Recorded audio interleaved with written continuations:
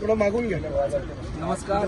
गेले 13 ते 14 दिवस मुंबई महापालिकेच्या सभागृहात जो अर्थसंकल्प होता त्या अर्थसंकल्पावर चर्चा चालू होती आणि ह्या अर्थसंकल्पावर आतापर्यंत म्हणजे आता जवळजवळ 1 वाजेपर्यंत 188 नगरसेवकांनी आपले विषय मांडले.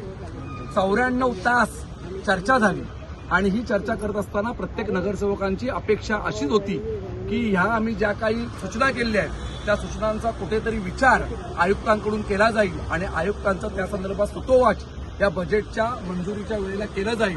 परंतु आयुक्त त्या ठिकाणी आले आणि एक छापील भाषण 15 मिनिटात पूर्ण करून जी 94 तास आम्ही केलेली चर्चा अशी वाया गेली आणि दिलेलं बजेट हे अतिशय फसवं बजेट आहे.